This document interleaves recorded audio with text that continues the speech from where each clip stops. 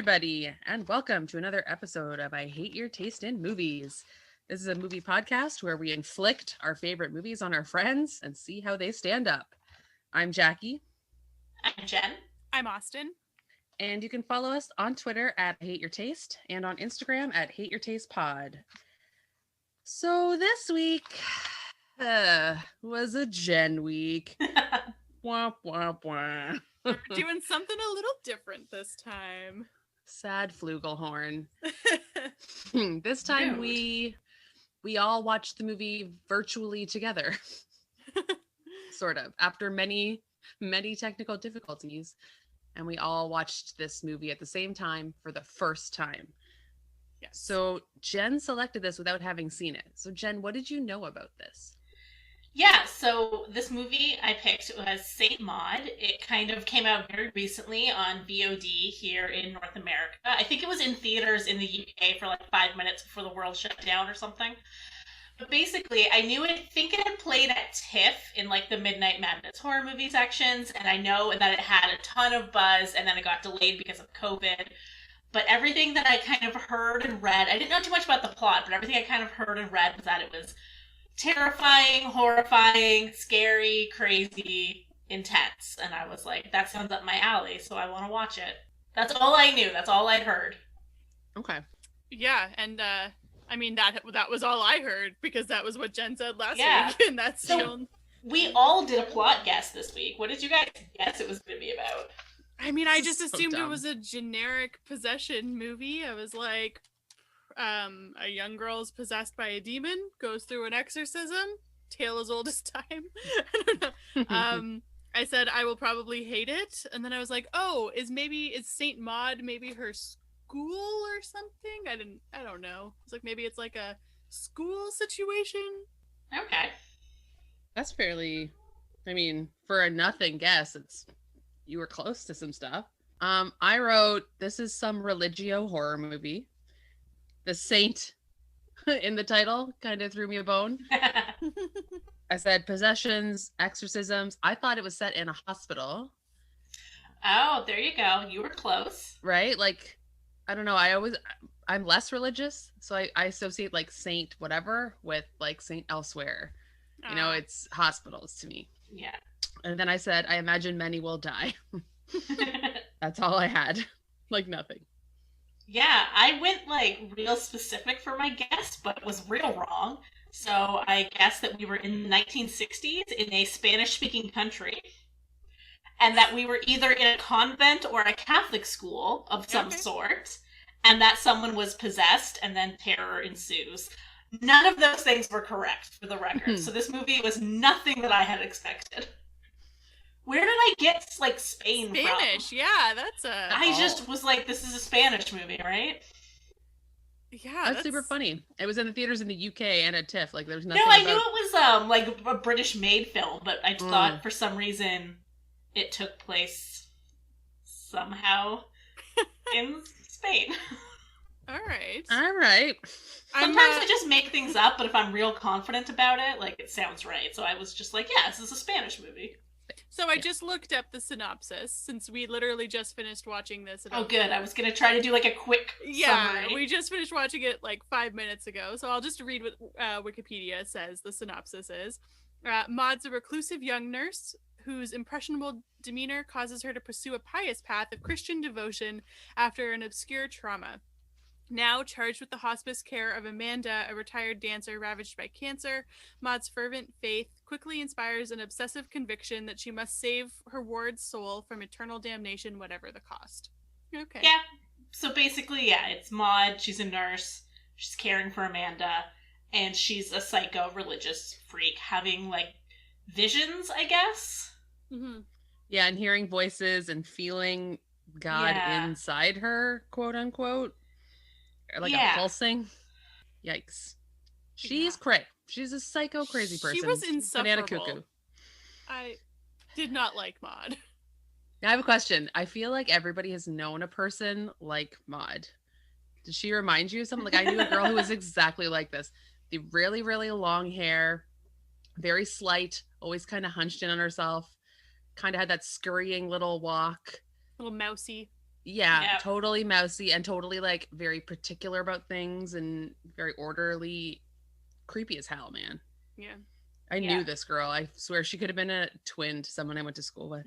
So I guess I just want to know in general what your feeling is after you watched it. Is this to everyone? Yeah, I just want to know like a general thumbs up, thumbs down. Like I just really want to know immediately what you think. What our instinct emotion Yeah, is. without thinking about it too hard. I was disappointed in it. Yeah. I think if I hadn't heard that it was supposed to be terrifying, I would have had a different approach. But the whole time I was like, when's the scary stuff happening? I was like, this is the slowest burn of a movie ever. Like, And like, I love a slow burn. I have no problems with that, but I wasn't expecting it. I was wanting a little bit of terror. Well, it's only an hour and 24 minutes, which is why the whole time I was like, okay, when's it gonna like start picking up? But then it was like an hour, and I was like, oh my god, these last 20 minutes are gonna be insane. And yeah, it and just I think never was. maybe this is a case where if I had known more, I would have liked it better. Like if someone had told me like this is more of just like a psychological movie about a crazy person in their head and then, it has a tragic ending. Then I'd be like, okay, I know what to expect. But I was just kind of a little let down. I agree. I wasn't scared at all. Like I was kept waiting to be scared. There was one jump scare that made me hop, and there was some gross things like picking at her scabs and stuff. That wasn't an appealing thing to watch, but I was very much unscared, and I'm kind of relieved because I have to go to bed. At some point, I have to go sleep alone, and I don't want to be all afraid of this. But this one, I don't know. I was thinking about it too. Religious horror movies really don't scare me that much in general, just because to me it's so fictional. To me, like religion is very not a part of my life. I don't buy into it at all. So I'm just like, sure, yeah, okay. Demons and like God or whatever fighting for souls. I have no stakes in that. So I don't really care when those movies happen. They don't scare me that much. But also this one, there was never any sense that anything was going to happen like this. There was no stakes. I guess I said stakes again, but there was not. I'm like, what's the worst that's going to happen? She's going to kill a terminally ill cancer patient. Like that's not great, but I didn't get the sense that she was going to go, kill a bunch of people or start losing her mind and do something outrageous. There was a point where I thought it might go in that direction. Like when her coworker came over to her apartment, I was like, okay, she's going to snap and this is going to start like her killing spree. But then that didn't really happen. And yeah, I mean, I also think the movie didn't really play with like whether or not any of this was real, which is fine. But then because we all knew it wasn't, and that mod was just crazy, like you said, it takes away the stakes. So like nothing creepy is actually going to happen because none of it's actually happening. Well, I was like, kind of wondering if it was supposed to be real. Yeah, I was just gonna say I was kind of going along with the premise that maybe it was real, but I think it was more that I was convinced that what she was feeling as God was a demon or something. Like I thought it was like a demon fucking with her, and that was gonna come into play later in the movie. And so when her patient, she I guess hallucinates her as being possessed or turns evil against her, I was like, oh, this took a turn, like okay. And then she killed her and it was over. So I think I was operating on the premise that like it was actually happening because I thought it was a possession movie. So I was confused at the end. I was like, oh, okay, I guess it was not. I guess it was all hallucinations. See, I was the same way because they straight up show her levitating. Yeah. Oh, but see, I felt like, I don't know, earlier on I felt like it was clear that she was imagining things a certain way, but it wasn't actually happening. So I took all of that as this is how she's seeing things.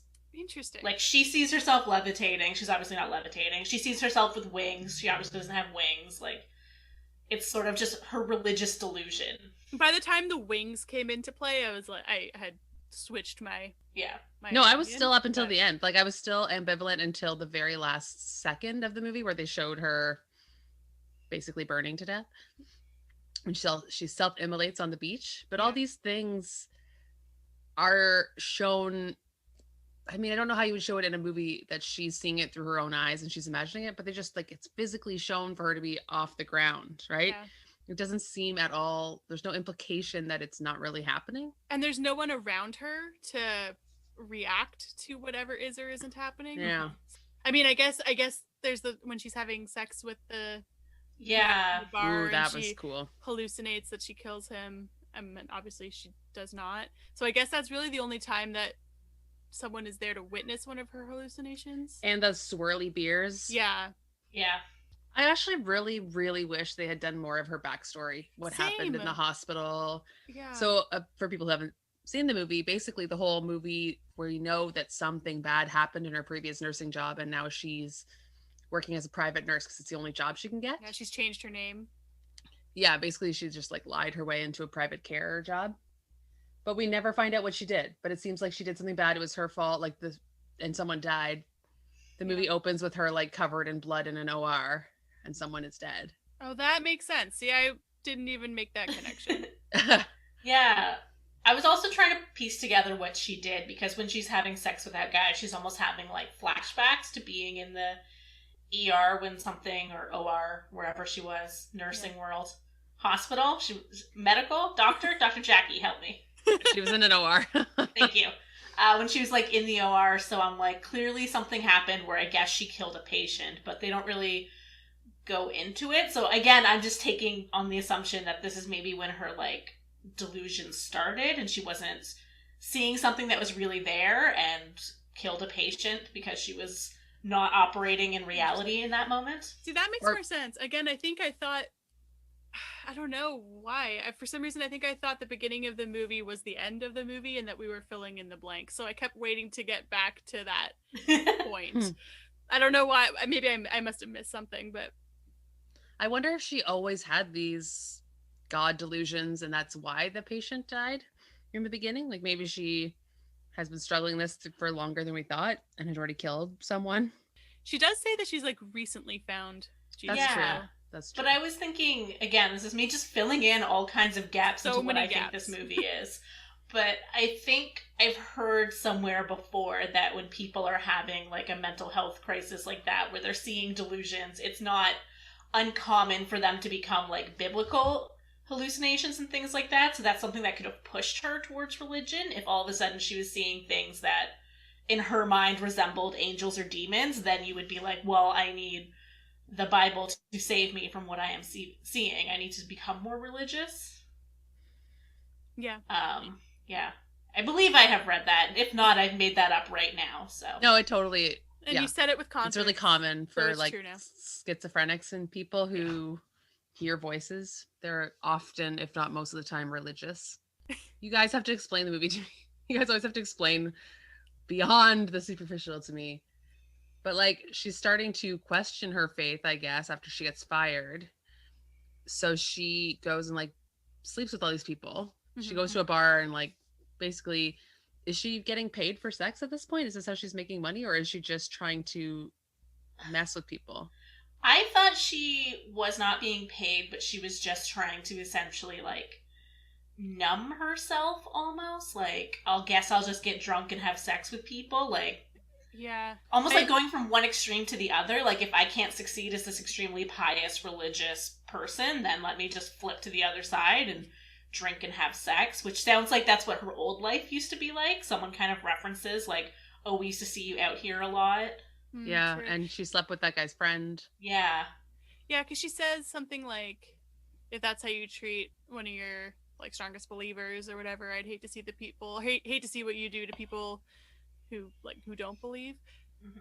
So I kind of got the sense that she figured that she had tried to be good and pious in all these ways, and so like, what's the point?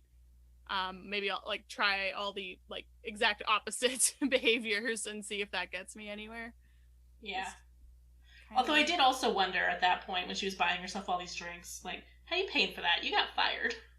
Also, it seemed very transactional. She like gave a guy a hand job in the bathroom and then like left. Immediately washed her hands and walked away. And I'm like, I feel like that was a job. She got the job done and she's like, bye-bye. Yeah. No conversation required. And then I like how he like awkwardly left after that. He like walks by her table and he was like, good to see you. Yeah. See you later. Bye. Grabs his friends. Like, we have to go to a different bar because shit's awkward. Did you guys recognize the woman who played the cancer patient, Amanda? I looked her up because I did recognize her but couldn't place her. What is she from? Jackie. She's from the BBC Pride and Prejudice. She's Elizabeth Bennet. She's great. She has really, really curly hair. Well, and I would have wanted to know more about Amanda as well. Of course. They were like, she's a dancer, and Austin's like, give me her story. Well, no, I just feel like we popped into the movie halfway through and I wanted to know more about everyone involved. Yeah, I mean, I think it's intentional that we're all course. seeing, like, Maud's point of view. But yeah, I do think, like, Amanda is an interesting person. Like, she's, you know, dying of cancer. She had this former glamorous life. Now she's just living by herself in this weird seaside town, like, having sex with some woman that I think she's met off the internet and is paying to have sex with her. Definitely. Yeah. I thought she was robbing her at first because they very obviously show her counting money. Yeah. But then it becomes clear she's a sex worker. Yeah. But also, yeah, a lot of people came in. Amanda's manager man came in for a minute and was such a throwaway scene that didn't need to be there. And like her other person, Daisy, who was like getting the cake, like all this could have been spent doing things that were scary. Yeah. Yeah. They didn't even do any scary things in the house. Like I thought at first when she's walking through the halls and like the light is flickering. Yeah. Then I'm like, okay, this is going to be cool. It's going to be like the house she's going to be either hallucinating or the possession demon is going to affect the home and like electricity and paintings are going to fall. Things are going to happen. Nothing. None of that paid off. Yeah. There really were no scares, really. The only scare was when Amanda like transformed into a demon and jumped at her. I wasn't expecting that. But Which even was that also strange. Sorry, go ahead.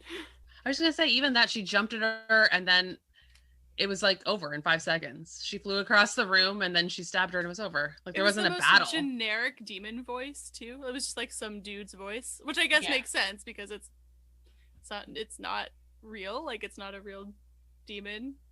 So maybe it was like the voice of someone Maud knows or knew. Yeah. But I was just like, this isn't a scary voice. I was expecting something intimidating. Do we think that Amanda actually like mocked Maud's religion and kind of like sassed her about her belief, or do we think that it was all an imagination Maud had? I think she maybe did. Well, actually, I don't know because... Yeah, I think that's a good point. I kind of assumed that Amanda had kind of sassed it because I think Amanda was that kind of person. Like, she clearly didn't believe in anything. She was just trying to smoke and drink and fuck until she died. And that's legit. Said she's got some, like, nun working as her nurse trying to, like, police her behavior. When Maud was, like, pouring out all those bottles of alcohol, I was like, excuse me. Seriously, such a pity. Honestly, I don't really think booze is against the rules in the Bible, and you're going to take away this woman's one or set two crutches that she has in the last days of her life. And, like, how much pain is this woman in on a regular basis? Like, let her numb that a little bit with some fucking top shelf whiskey. Calm down, Maud, basically. Just calm down. The whole movie was like, calm down, Maud. I know that she's experiencing some sort of mental health crisis. But I was like, oh my God, she's insufferable. Well, that's it. You wanted her to go less or more. But stop being this like weird wishy-washy. Am I supposed to be scared of you? Am I supposed to be threatened? Like, start killing people. Kill the replacement nurse. Kill your worker, friend, colleague, Joy. Like, start taking people out so we know that you're like losing it. But otherwise, we're just waiting and just vaguely annoyed by her dumb attitude. I don't know. It was a lot for very little payoff, basically. This movie... Yeah. I don't know why people considered it scary. Like maybe it's different when you're like immersed in it in a theater. Yeah, I don't know. And maybe it's also, like I said, I haven't been looking too into it because I wanted to be spoiler free. So like maybe it's like, you know, once you actually read the review, there's more context. But just like when you're seeing the pull quotes that are like most terrifying movie ever, like that makes you assume like this is going to be a really scary movie. Yeah, and it also seemed really basic in a lot of ways. Like, oh, the camera is filming upside down. Or like as she's walking down a long hallway, the camera's turning. It's like, okay, sure. Yeah, I do think, I'm not 100% sure because I haven't done any research yet because obviously we just watched it 5 minutes ago. Mm-hmm. But I do think it's the director's first film, which I think is fine. Like for a first film, this is really well done. You know, good job. Like you said, like it's not reinventing anything, but like it's competent. I think it's well made. It's watchable. Yeah. Sure, yeah. So it's fine in that regard, but I feel like especially, Jen, you'll have to speak to this, but especially horror movies, right? They want a reaction. Like you should have a visceral, like, this is scary, or I am disgusted. It's almost like a total failure of the genre if your reaction is just kind of like, meh. It's frustrating too because I'm so reactive to horror movies. Like it could not be a scary movie at all, and I'll still get scared. Like Jen and I went to see Scary Stories to Tell in the Dark. Was it like 2 years ago now?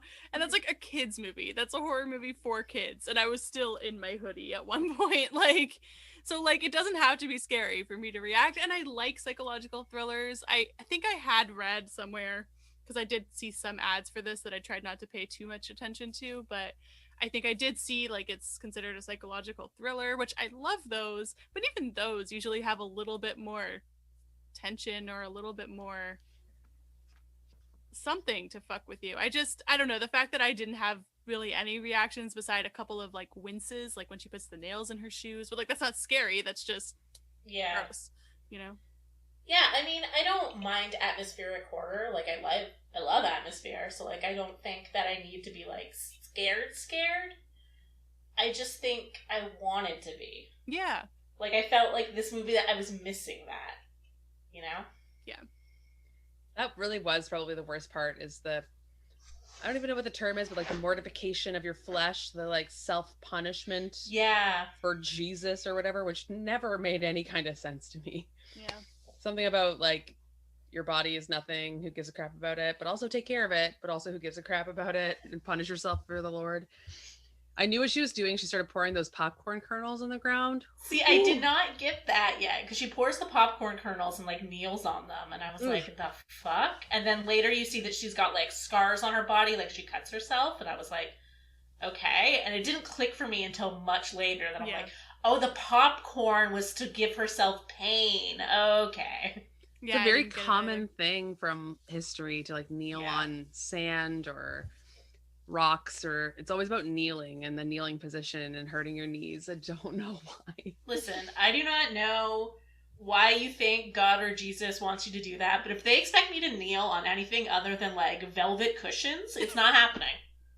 Like 7 mattresses with silk sheets. That's it. Princess and the Pea situation. Basically, you're just laying down. Yeah. I need the most comfort at all times. I could never, cut myself for religious purposes.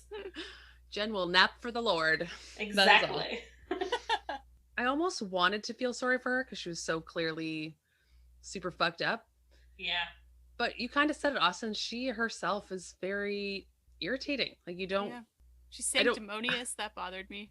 Yeah, like you don't have to earn my pity or my help. It's not transactional, but she didn't really do anything that made me feel sad for her. I was just like, yeah, you're having a problem, but you're not trying to help yourself. You're really leaning into this. I still think that my version of the movie was better, when my thinking was that I thought that she was feeling something. Like, I thought that there was something there. I just thought it was like tricking her and that it was evil and that would be more fun. Right? I don't know. Yeah. And then I would have had more sympathy for her and I would have been more invested in her outcome. But yeah, I think maybe like she is unsympathetic, but it's also a way to show like how she becomes so isolated and alone that no one is there to like help her, because she's not so crazy that you can tell it's a mental health crisis. She just seems like some religious weirdo. Right. Yeah. So people who were like friends, coworkers, maybe even her family, they don't really get into that too much. I don't know if her parents are still around or not. Maybe they just think, oh, she's found religion and now she's really sanctimonious and I don't want to hang out with her anymore. That's kind of what I thought it was up until pretty close to the end. And I don't know. I don't know. And there's a lot. I've said it before. I like an atmospheric movie to a degree, but everything has to serve the purpose of making the atmosphere more tense. Whereas a lot of the things they did here was just her walking or standing or sitting. And it was just like, there's nothing happening that's any different than before, right? It just kind of seemed like wasted time. Well, and in terms of atmosphere, this movie felt almost like a romantic comedy for a good chunk of it, like at the beginning, like with the voiceover. What kind of romantic comedies do you watch, Austin? I don't mean in terms of what was happening, but just like there was like the voiceover was very like cheerful, and then like the music, like at the beginning, like I'm talking the first like 10-15 minutes, and it was just like happy music and like this like cheerful narration. I don't know, atmosphere is not the right word, but it just, I don't know, the tone at the beginning was like, wait, is this a horror? This feels like a movie that, like, this just feels like a drama or comedy. I don't know, it just didn't feel like a horror movie. The beginning of every horror movie when the family's moving to the new house being like, yay, our happy new life, everything's amazing, love you, honey, and then the ghosts come out. Yeah. Like throwing a ball, having a dog. Yeah. But I feel barbecue. like that never really went away in this movie. I don't know. The voiceover where she was talking to God, I don't know, it didn't do it for me. It was too cheerful. I don't know. Also, the first time she was like, "Dear God," my first reaction was just to say, "It's me, It's Margaret." me, Margaret. I can see what you mean. Like, her voiceover was pretty, like, she has a high voice. But I guess when they set up the OR bloodiness as the first shot, I guess you thought we were leading to that point, but I already thought that had happened. So I kind of was already in the, like, she's crazy. I honestly thought she had killed someone and was, like, going to kill again. I really, after the first shot. Kind of. Yeah, I wish I included to that. I don't know what I missed that made me think that we were coming full circle, but I think I would have preferred it where she was like a straight killer, like not necessarily so delusional and obviously having a psychotic break, but an angel of death situation, or just I'm a serial killer and this is an easy way to cover my crimes by preying on terminal cancer patients or something like that. Yeah. Or even like if her and Amanda, like their relationship became so like twisted and adversarial and then she kills her, you know what I mean? Mm-hmm. Yeah, I totally would have liked more of a psychological play between Amanda and Maud, because they tried to do it, but it was so underdeveloped and not really anything that you didn't really see the relationship between them develop, even though you're told it's friendly and like she gives her a book and they're friends-ish. We don't see it. It's just kind of told to you. And I would have liked it if Amanda was a stone cold bitch. She's dying and she's a super handful. That would be really interesting because you don't really feel sorry for her, but you do. And it would be a way different movie. Yeah, like you kind of get that at the party. So up until then, they'd kind of just been getting along-ish, I guess. And then, like at Amanda's party, says to her friends, well, Maud can clearly overhear, so she's kind of saying it to Maud about like, you overstepped your boundaries because you're like super religious and all this stuff. And then Maud slaps her. And then it's like, okay, so now we're getting into like shit's getting real. But then that kind of just takes Amanda out of the movie for the next 30 minutes. And it's like, oh, okay. Whereas I thought that could have really developed their relationship and had it more of being this like standoff of Maud going like more intense in that I have to save you kind of way. And Amanda being kind of helpless. Yeah. Because she literally is. And being like, no, you have to like get away from me. You have to stop this. You're right. They totally took her main foil, who she's playing off, just gone, and then it was just all in Maud's head, which is pretty boring to watch. It's almost like there were two paths that could have happened. Like it could have gone the like psychological horror serial killer like tension building like kind of a Misery situation almost, like, you know, or could have taken like gone full supernatural into like the demonic possession or whatever, which is what I honestly thought this movie was going to be based on the very few visuals that I saw and like the pull quotes and stuff. But they instead and I feel like it like tried to get there sometimes, like there were moments towards that with the levitation and like the creepy like voices and stuff, like okay, but instead it took neither path. Yeah. I mean, I like the end that she set herself on fire. I thought that was cool. The end was awesome. I love that she looks like she's becoming an angel and God's shining light on her and everyone's bowing. And like, you can see how in her mind, this is the final step to ascend. And then it flashes so quickly to her actually like being a charred, screaming, hairless corpse. Oh God. All I could think of like in the moments before that, when she's like pouring gasoline on herself, you can just hear in the background the other people on the beach being like, what is she doing? Oh my God, stop her. And I'm like, could you imagine being out walking your fucking dog one morning on the beach and all of a sudden some crazy lady wrapped in bed sheets is pouring gasoline on herself? Like, yeah, because you can't. The things that you're about to witness. Yeah, you can't tackle that person. Right. Because you will go up in flames with them. I don't know what you would do except for try and get her in the water, but like still, oof. That was the best part, actually. That was my favorite part of the movie. But also, I knew it was coming the second she was looking at the flammable chemicals. Yeah. But I thought she was going to do it to Joy. So did I, Same. yeah. So that's like, I knew that was coming too, like you said, but it just took us a while to get there. But once we did get there, I was like, good, I like this. I'm glad we pulled through on this. Yeah, and it's good for the world of this movie that she's out of it. She's just... There's no coming back from stabbing a cancer patient in the neck. Also, that poor, like, kind other nurse that she befriended on the bench who now has to go into Amanda's house the next morning and discover that. Oh, jeez. Yeah. What I was going to say is it kind of making you wonder whether it was a mercy for this to happen to Amanda. I would hope that they use this movie a little bit to make people think about palliative care and the realities of dying in terminal illness, because it's really criminally under-discussed and under-considered by people who people don't tell their families what they want. They don't think about death planning. It's not really part of our culture, and it's really horrible. It should be discussed. It can be a really warm, beautiful, peaceful thing when people pass away, but most people don't get that experience. I don't know. They didn't really talk too much about it. It was kind of touched on with how hard Maud worked to help Amanda in the beginning and how undignified it is and how boring it is, even Amanda says. Yeah, at the beginning when Maud was kind of taking care of Amanda before things got too crazy between them, I was thinking, like, this is such a hard job that I could never do. Like, truly, I could not. Oh, truly, yeah, no. Have you guys heard of that YouTuber/author, Caitlin Doherty, I think? I don't think so. She's like a former mortician, so her yeah.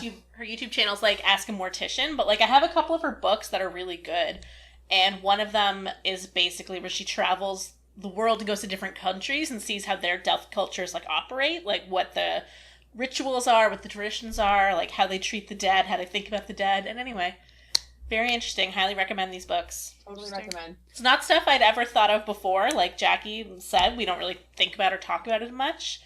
But even in her first one, when she is sort of more like a memoir, where she's talking about working at a crematorium for the first time, and she's kind of going through all the pros and cons of how to dispose of a body, like, not dispose of a body, but like burial versus cremation, like what's better for the environment, what's better for like your family, like what it means. And I was like, I've never considered these before. Geez, no, me neither. So anyway, recommend. That's interesting. But again, that's another way this movie could have gone. Like, they could have made a stronger stance on something like that. I don't know. I just feel like this movie didn't really amount to anything, and maybe I was waiting. Again, maybe I have this problem where I think I went in too blind, and when I think that it's going to be one thing and it's not at all that thing, I have a hard time tearing my mind away from it being that thing. You know? Yeah, because I also thought it was a possession movie, but I gave up on that a lot quicker than you did. I was in it till the end. I was in it to the end. You were like, and now, the possession. Exactly. It was like halfway through, I was like, oh, she's crazy, it's all in her head, let's go. Yeah, no, I was with it for too long. And maybe I would have enjoyed it more had I made that connection sooner. Because it sounds like I didn't make a lot of the same connections that you guys are making, so I think I am the dumb one, but... Every week, someone different is the dumb one. That's nice. You know it's always me. It just was, to go back for a sec, if we're talking about book recommendations, this is a really good one, too. It's called Stiff by Mary Roach. Oh, and okay. She has a lot of really interesting, well-written books about kind of out there topics. She kind of brings it down to the masses, I guess. Things you don't really want to think about, but this is all about like the history of using cadavers for medical purposes and how bodies decompose and how they were treated in ancient times. It's all about basically what happens to your body after death. And it's super, super interesting. I really recommend it. And all of her books are really good. Mary Roach. I do have a question.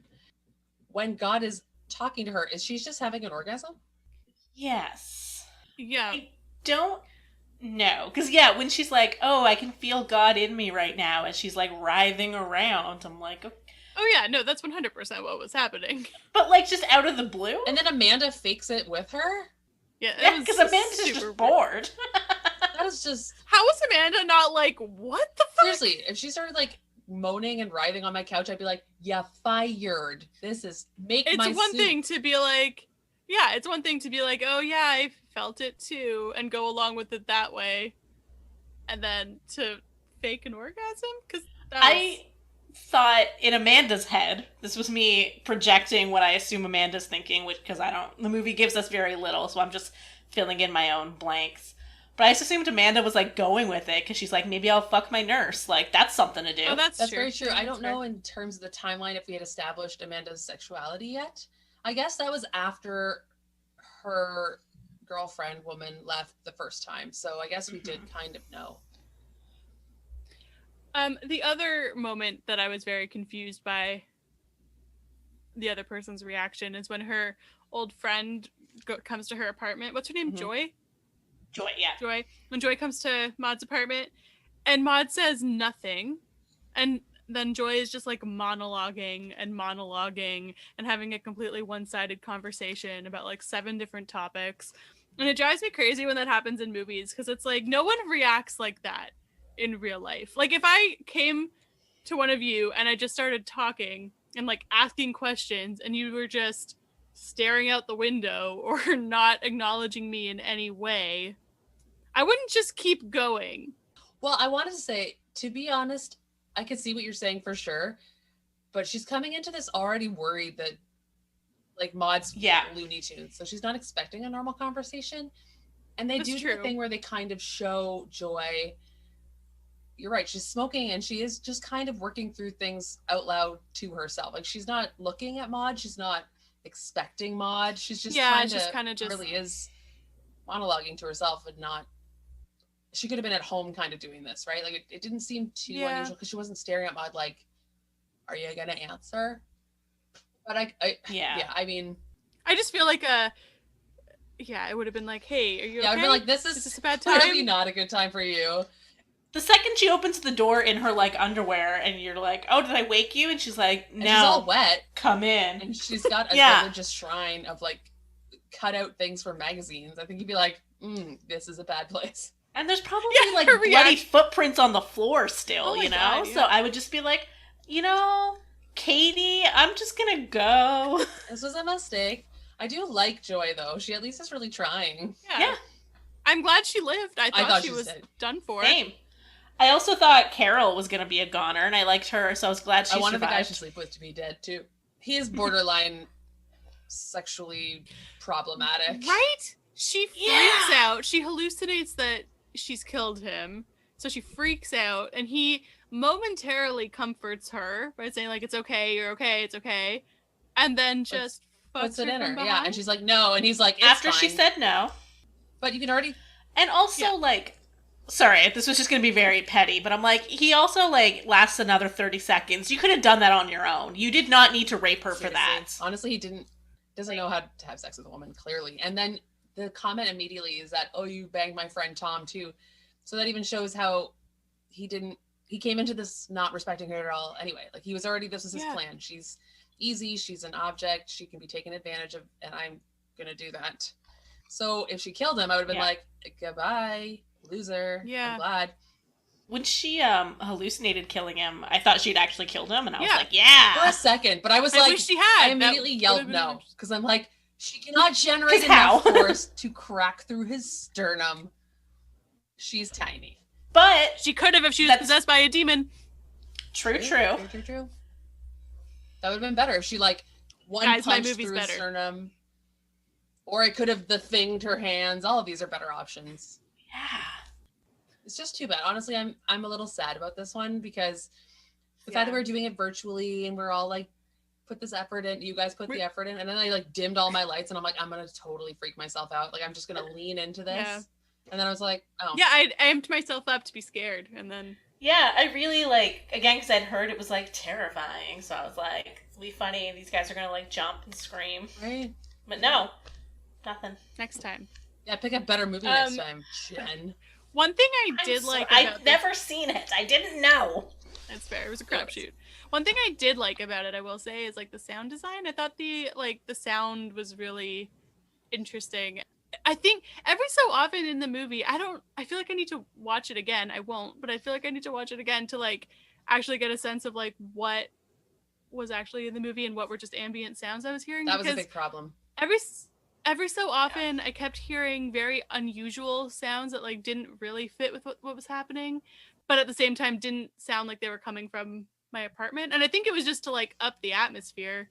I was just gonna say, if you heard cats meowing, that was actually from Yes. me. And if we heard a paper bag rustling, that was Austin. That was Austin eating Subway. And then I muted myself because, and it's too bad that I had myself muted because during the climactic scene, they started slamming around upstairs and it sounded like it was right on top of where my TV is. So I thought it was part of the movie and it was so loud and jarring that I was like, oh, okay, this is kind of cool. This like pounding of what is it, her heartbeat? What is this pound? And then it was just ambient noise. Yeah. It's just too bad. I almost want to watch that scene again without the pounding so I can kind of see how it's supposed to feel. There were a couple of times earlier in the film where I did feel like there were out of place sound effects, just to sort of put you off kilter a little bit. Yeah. That would make sense if they did that, because then it's sort of that like eerie, unnatural kind of vibe. Although truly, like Jackie with her neighbor upstairs, when my cat knocked something off the table and there was just a thud in the background, I could only hear it, like, because it was on this side, so I thought it was only in one headphone, and I was like, oh, that's a cool effect. Oh, see, that would be an effect that would be completely lost on Austin, me. I'm sorry. But then I just turned, and there was the cat with some shit on the floor, because she likes to knock everything I own onto the floor, and I was like, okay. Cats. Did you guys notice that when Joy's in her apartment and doing her monologue and Maud is looking out the window, it all of a sudden looked like she had two different colored eyes?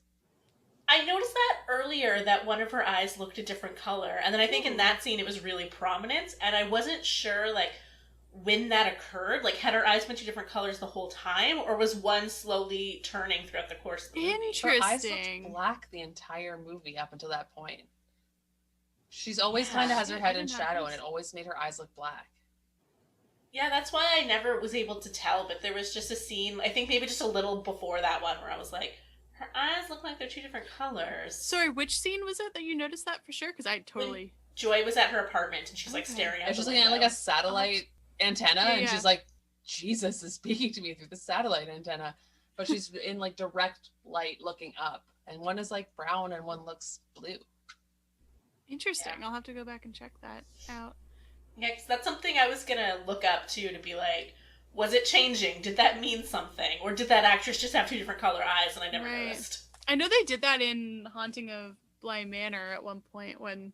You've watched it, Jen. I know Jackie hasn't, but I don't think she's going to. But when, like, the ghost, like, merges with her and her eyes change color. Yeah. She has two different colored eyes, which I didn't notice at all. So apparently I just don't notice people's eye color. I was kind of wondering if they were going to make a bigger deal about her quote-unquote stomach pain. I was like, does she have an actual illness? Would have been more interesting. Yeah. Oh, yeah. Again, I thought she was possessed and that it was, like, getting worse. All right. I mean, it kind of makes sense, too. Like, she's so thin. She looks really anemic and unhealthy. She could have, like, colitis or something, but it doesn't really connect to her mental issues.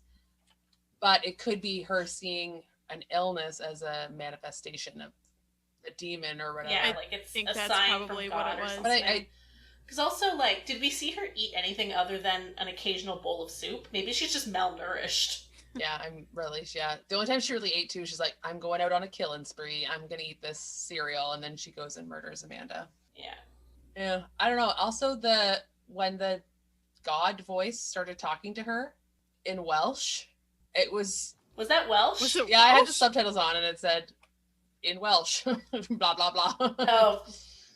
Because I was gonna say, is anyone smart enough to have clocked what language that is? Because I was like, German? I don't know. Yeah. Let's pretend I'm smart. Yeah, Jackie speaks Welsh, like, actually. Fluently. But it was just, that also came so out of left field. It was really strange to me. I'm like, before it's all been, to me anyway, you guys are smarter, but I was still like ambivalent about whether this was actually happening. And then this voice came and I was just like, all right, well now it's so clearly not real because it's just some dude being like, hey girl, I think you know what you need to do.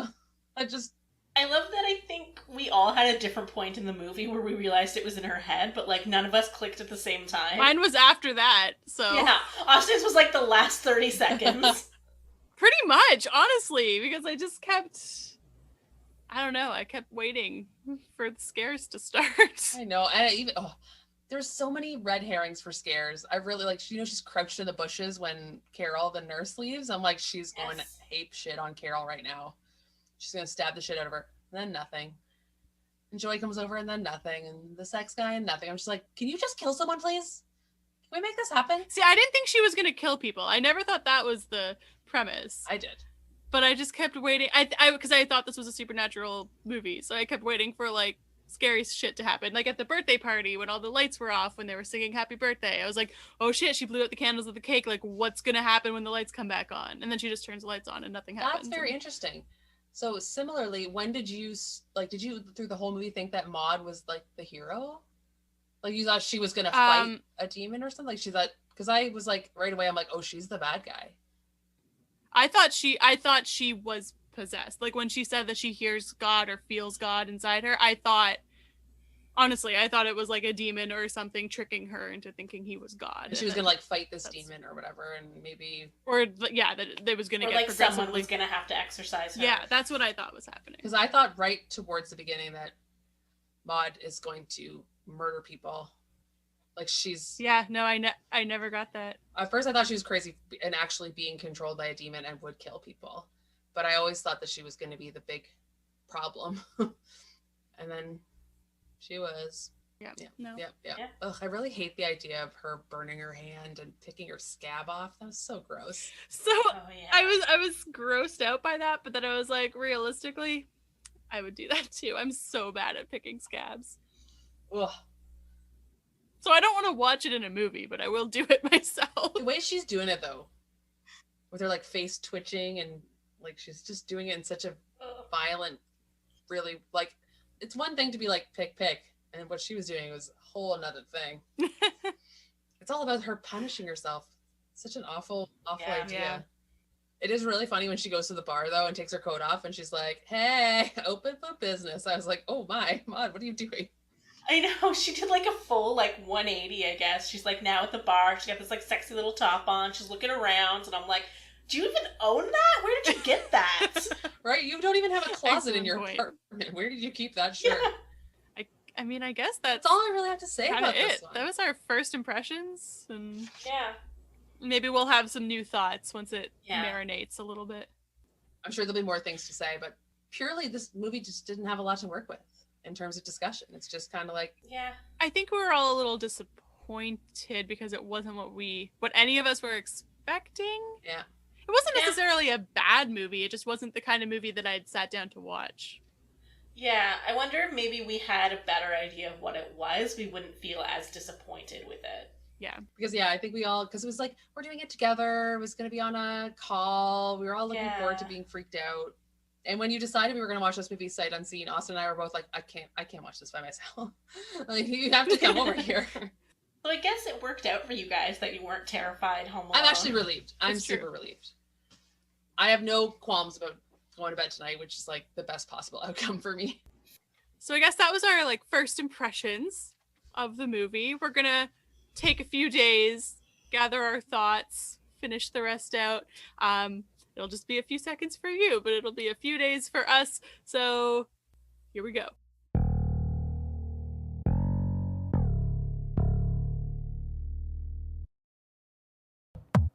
It's time to feel the rage. Join us on Film Rage, where we talk movies, current releases, coming attractions, streaming, and classic films as well. Directors and actors beware, as you cannot hide from the rage. My name is Bryce, and I'm part of the Film Rage crew, which also includes Jim. Hey. And Murray. Yo.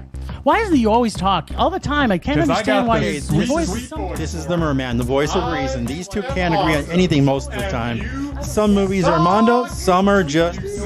Every week something is going to make us rage. Join us every Wednesday and feel the rage.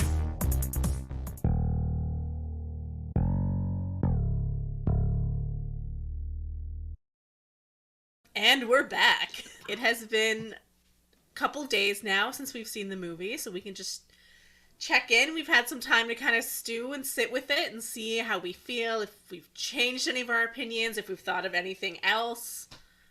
So I don't know. How you guys feeling?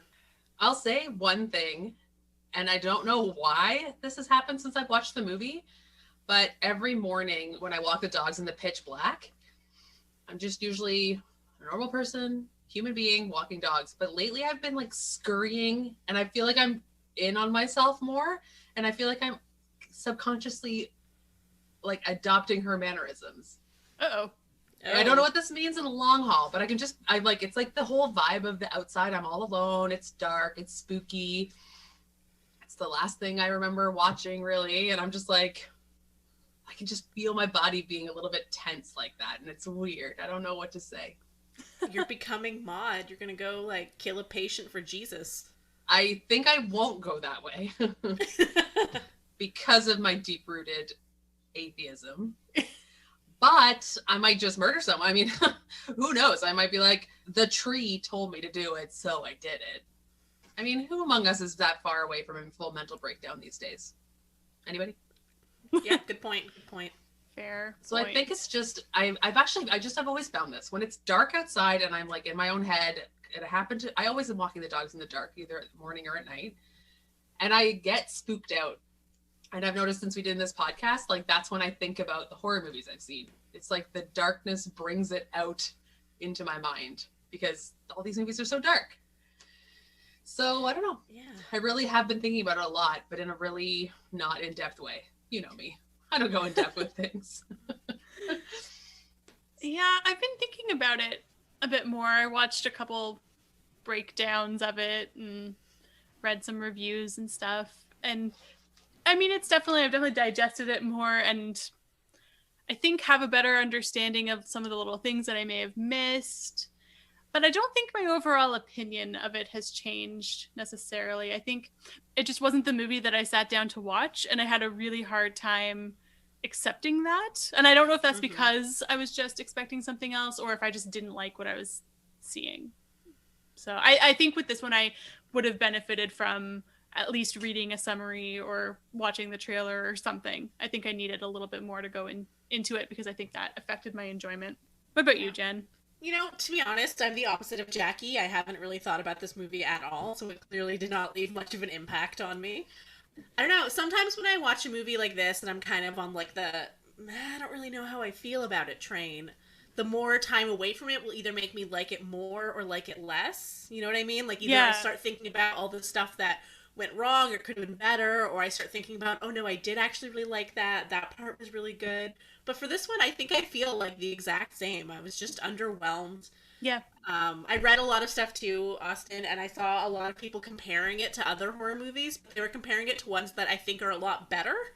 So I was like, you're saying it's like The Witch because it's a slow burn, but The Witch just works on so many other levels. Like, just, you know?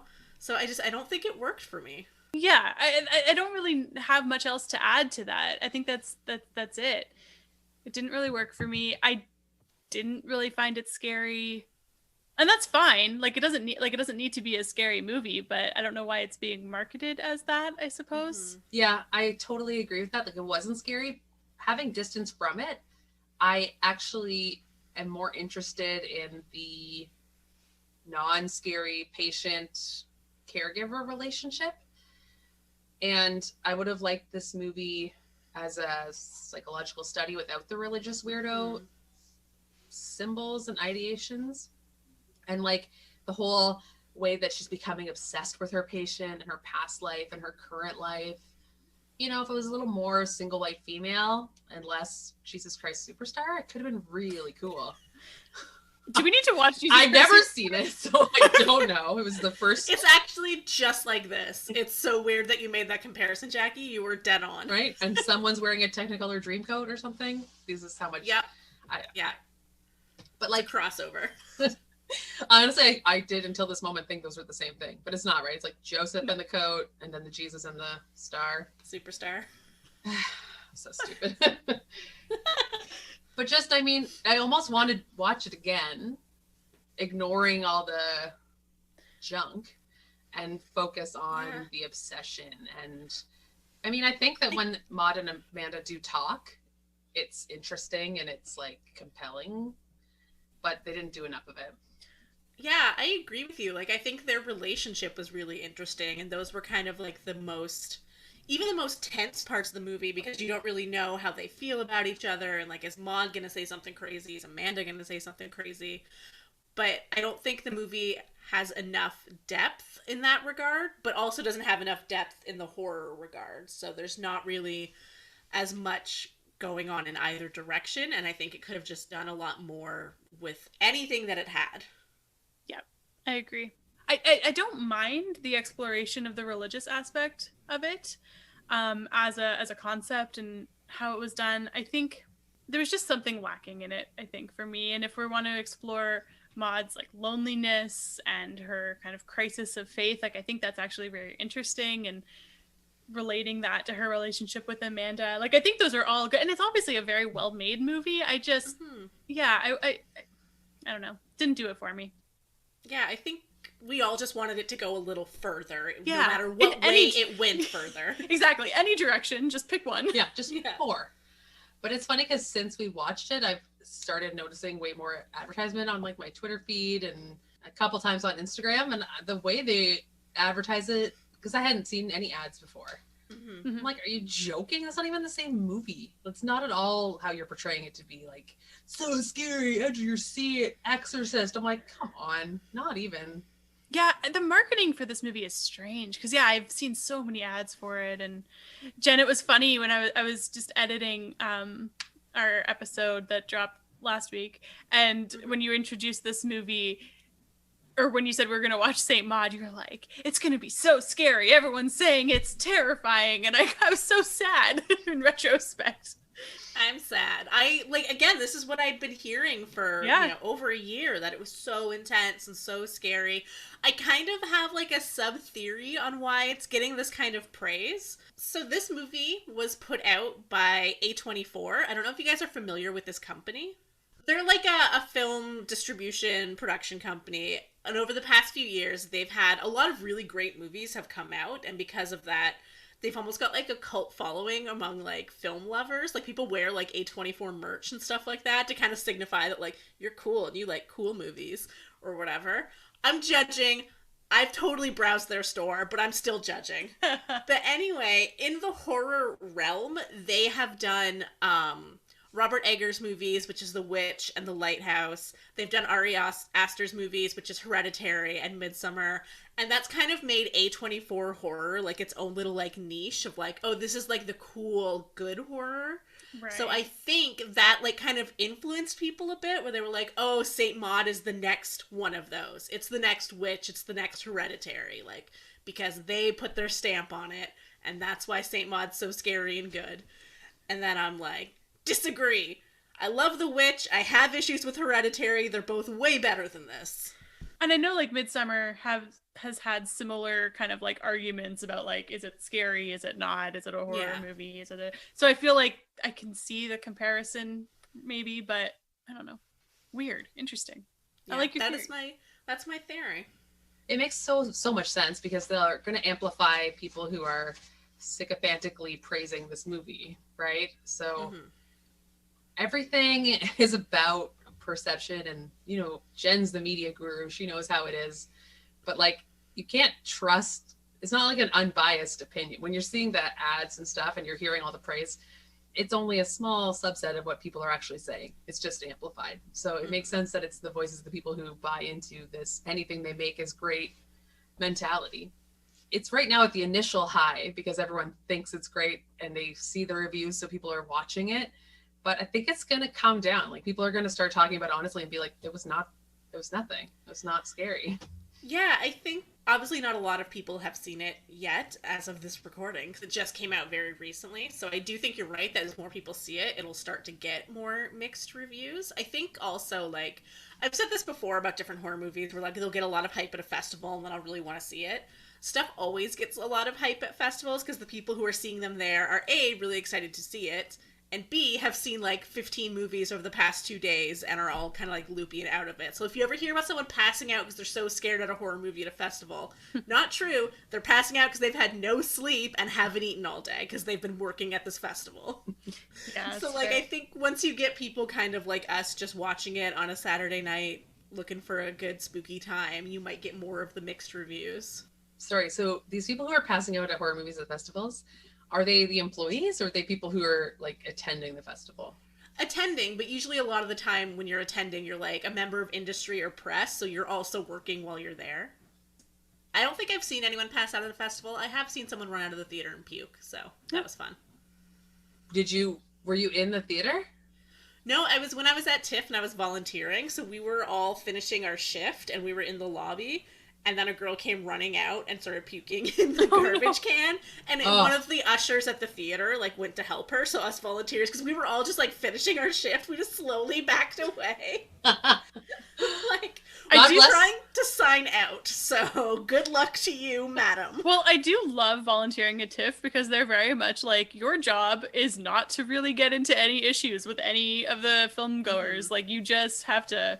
Like, if you have any questions, just direct them to someone above you. You do not have to take shit from anyone. So I feel like they'd be like, yeah, you don't need to deal with someone puking. It's fine. Yeah, exactly. They're like, there's paid staff, and then there's the volunteers. You're pointing people to where the box office is. You're telling them what time the movie starts. Where the bathroom is. Any real issues, someone getting a paycheck is dealing with that. Bless this girl for getting to the garbage can, though. Yeah. That's hard to do sometimes. So I think she ran out looking for something, and the usher was like, garbage can. Was this a horror movie? I guess so, right? Or it was, but it was actually like a what's the phrase? It was like filmed like first person style, so I think it was just motion sickness that got to her. Fair. I'm just glad that I don't suffer from motion sickness. Yeah. Austin and I are Canada's Wonderland pros. Okay, so we're like roller coaster geniuses. We ain't got that problem. We drink 10 liters of pop, and then we ride the most dangerous rides. How many times, Jackie? Is it 31 times in one day? Fuck yeah, it is. Boo! Yeah, okay. So, back to what we were talking about. Yes. Is there any other thing that we want to talk about, or should we do some high points, low points? I'm good with just high points, low points. I don't think there's much else I have to say about this movie. Yeah, I don't have any notes left. Yeah, I feel like nothing really changed our minds after a couple days. Like I think it's probably a better movie than I thought it was initially, but just wasn't for me. Yeah, again, if we watched it again, knowing what to expect, I think we would find more things to enjoy and could more accurately judge it for what it is, not what our expectations of it were. I think the marketing for this one really fucked us over. Sure did. I agree. But for now, high points, low points. I know mine, so I will volunteer to go first. Do it. For it. My high point of this movie, and I still think it's really cool, and I almost want to see just this scene again, is the very last second. The last scene where she self-immolates, she lights herself on fire, and you see it like all beautiful and stylized, and it's like she's ascending to heaven, and then it's mash cuts for a split second of her screaming and burning and being a charred body corpse fireball. And I was like, awesome. I would see way more of that. And it was so good to be like, oh, look, she's like all, ooh, Jesus. And then it's like, no, the reality is you just set yourself on fire. You're dead. Yeah. So I thought that was really cool. It's just too bad that more of the movie wasn't like that. And then my low point, it's really hard to pick a low point because nothing really happens. Nothing was super low. So I'm making my low point the fact that we don't learn more about what happened in that operating room that caused Maud all of these issues. Maybe it's my draw to medical situations and maybe medical horror. Maybe I'm tapping into something, Jen. But I want to know what happened in there. And I like the first shot of the body on the gurney, you can't even tell what part of this human body it is. You can see feet, but the rest of it's like a mass of flesh. So it's really intriguing, and I wanted to know what happened. Did she do a mistake? Did she lose it completely and murder someone in a really violent way? Like, what happened? My guess is it has something to do with CPR, and maybe something went wrong trying to revive him. I know like that's not a possible way to kill someone necessarily, but I feel like it had something to do with that. Just because of the way she hallucinated attacking the guy she was having sex with. Yeah, I just really wish it came out because they were teasing it. They were like brought her coworker who brought it up, you know, like they were. I was led to believe that we were going to find out more about this, and the fact that we never did was a hole for me. I really wanted to know what happened there. And again, it comes to my wanting to know everything, wrap it all in a bow mentality. But like, don't leave me hanging, man. Just don't. Yeah, that's it. Yeah, I have a hard time picking a high point or a low point. I did really like that last flash of her burning alive, especially because if you do go under the assumption that like this is really happening and like she really is speaking to God and she really is having all these they're all messages from God and like this is really happening, and then just that flash of like nope and so I like that's effective. So that is a really good high point. I also really liked Amanda, and I wanted to hear more from her and see more of her, and because I think she was a cool character.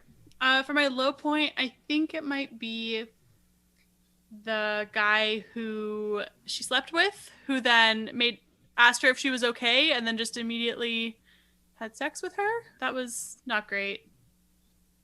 Total agreement. That was real icky. Yeah, a little icky. I think that's all I got. Oh, one other potential high point was Jackie was like 2 seconds ahead of Jen and I for some reason when we were watching it. So her reactions were a nice little warning of things to come. I don't even know what I reacted to that you saw, but hopefully, I mean, I know I react over the top because especially in a movie like this, I'm expecting something huge to happen. And then it ends up being like, oh, a cockroach or something. So I hope I didn't ruin it. No. Overreacting to underwhelming moments. What about you, Jen? Yeah, I think similarly, my high point is the ending.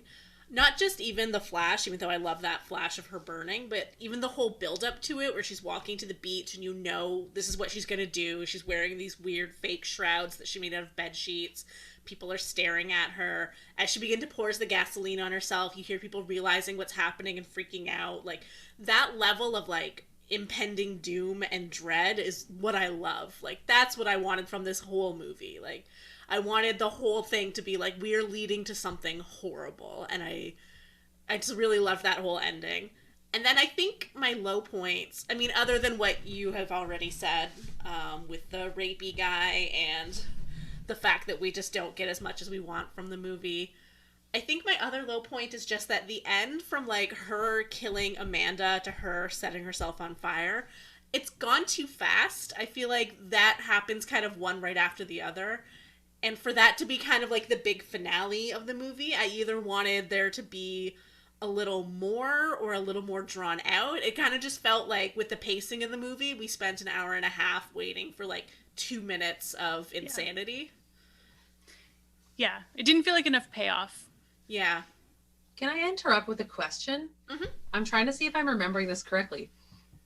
After she leaves Amanda's house, so she's killed Amanda and she's walking. She's covered in blood, right? And she's bleeding. Yeah. But then when she's at the beach, there's no blood on her bed sheets and her face is clean. She goes I assume home. she goes home. Because I don't think she wasn't wearing those robes when she killed Amanda. Oh, okay. There it is. Because I'm like, did she wash her bed sheets? Because that's like TikTok, man. I gotta set myself on fire. Like, time is ticking. Yeah. Okay, you can cut that. But I was like, for a second, I'm like, is that a continuity error or did I miss? But she wasn't wearing. Because I thought she was wearing the robes when she went to Amanda. I really thought she was. I think she was wearing something like that, but I think it was just different. I think she just went home and took a shower and switched into a clean set of robes because you can't enter the gates of heaven covered in the blood of someone you just murdered, I'm pretty sure.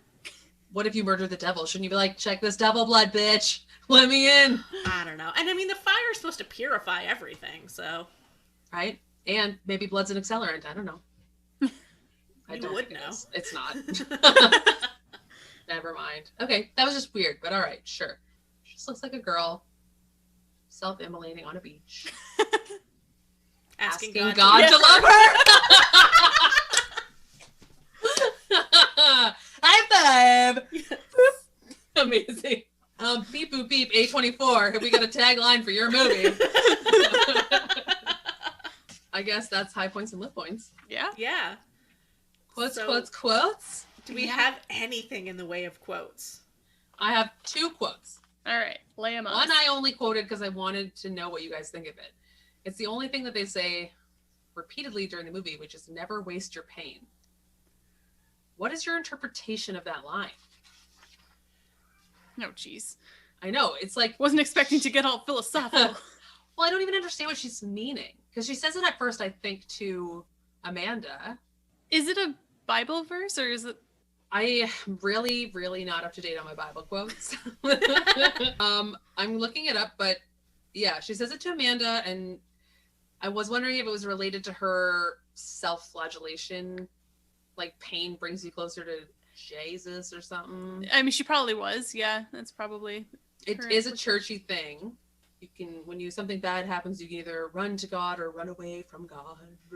So yeah, I guess you can use the pain to firm up your faith or shake the underpinnings of it. But she said it a couple times, and I thought it would mean something. I kind of thought she was going to incorporate it in her big crazy Jesus monologue at the end when she kills everyone. That's what I thought was coming, but it ends up being a throwaway line. So I just wondered if it meant anything to you, if you got anything from it. No, I mean, I think kind of just what you said, it would be about the self-flagellation and the using your pain towards God or whatever. Nothing is like, God doesn't give you anything you can't handle. So if he's giving you pain, you have to like use it to create love or whatever the fuck, you know? Oh my God, right? Like we're all rolling our eyes so hard and I'm like, sorry I brought this up. It was stupid. Okay, good. Yeah. Second quote, which is the only good line of the whole movie.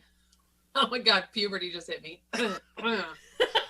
Sorry. I was going to say, the only good line out of the whole movie is when Amanda goes, snap out of it, honey, when she's talking all Jesus talk. And I'm like, yes, Amanda. Bring it down to earth, girl. But that's it. Like, there really wasn't a quotable movie. There wasn't a ton of dialogue. And what little dialogue there was so straightforward. It's not even worth quoting. Yeah. So, the other one that I wrote down was when Maud is talking to Carol and telling her not to see Amanda anymore. She says, no hard feelings. I'm sure you're great in bed, but right now you're a waste of time. It's like, whoa. Nice. Yeah, and she also busts out trigger like language warning, but she's like, I don't care if you got an 8-inch cock. And I was like, Maud, a language? But it's so out of character and weird that it seemed to me like a glimpse of her losing her mind further down the road, but it never really developed into anything like that. So again, that was a waste of time. So, okay. The only quote I wrote down was when I think Amanda's asking about her like necklace, which is Mary Magdalene, and then she's like, oh, I bought it online. Because I was like, oh, is this modern times? You're like, this isn't 1947? Yeah, I did not realize this was taking place now at that point. And then I was like, oh, I guess it is. This reminded me of another question I was going to ask you guys. Before this movie started, did you realize the title Saint Maud was going to refer to the main character being named Maud, or did you think there was a saint called Maud? Thought it was, and even Googled it after to be like, were we still referring to her? Like, I still was confused.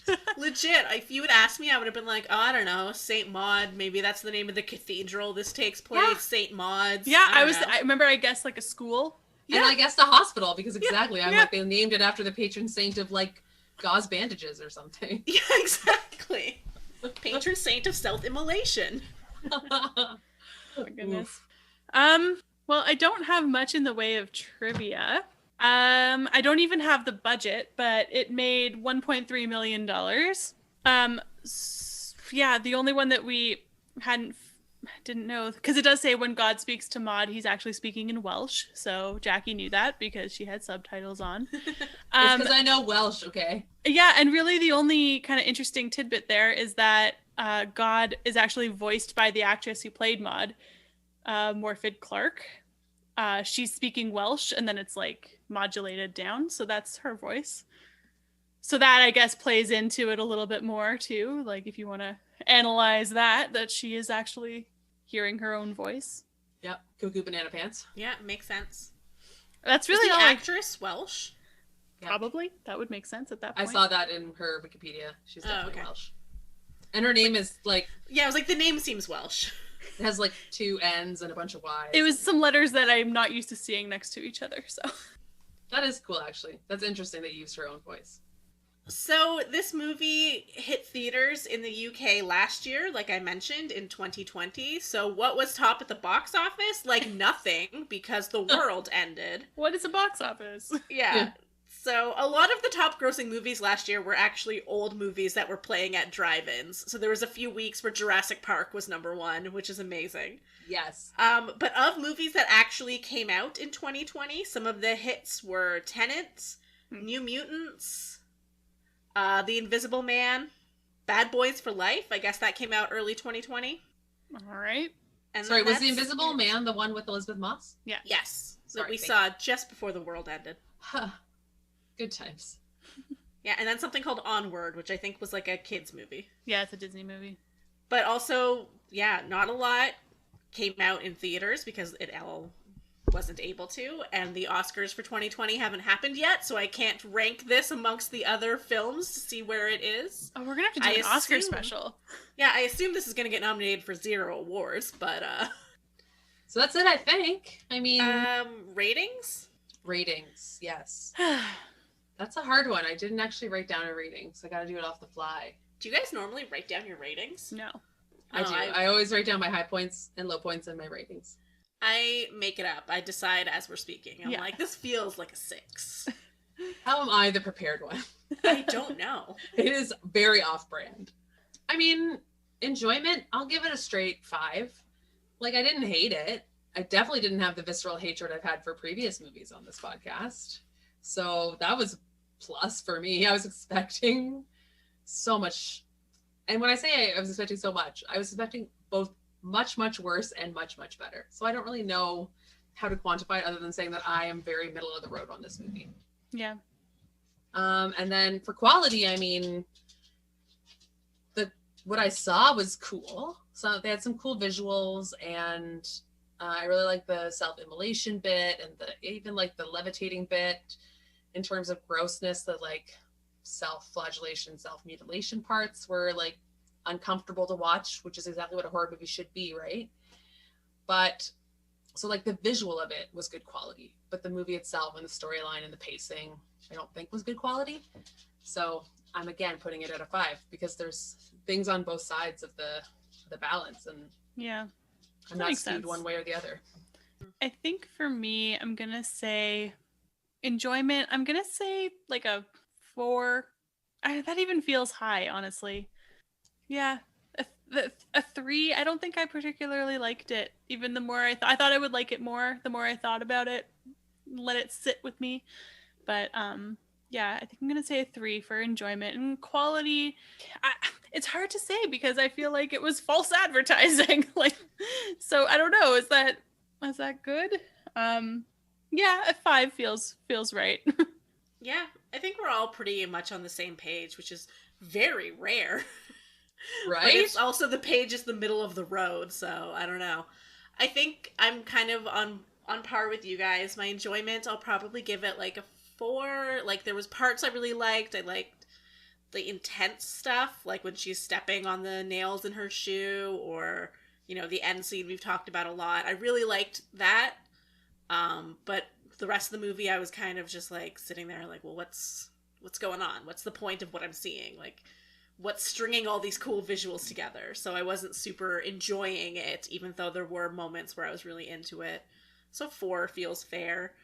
And then for quality, like, I think I'll give it a 6. I think it's a well-made film. I think it looks good. I think everything about it, like, there was nothing bad, nothing stuck out to me as like, this is why this movie sucks or anything like that. It just didn't do enough for me. So quality-wise, yeah, 6.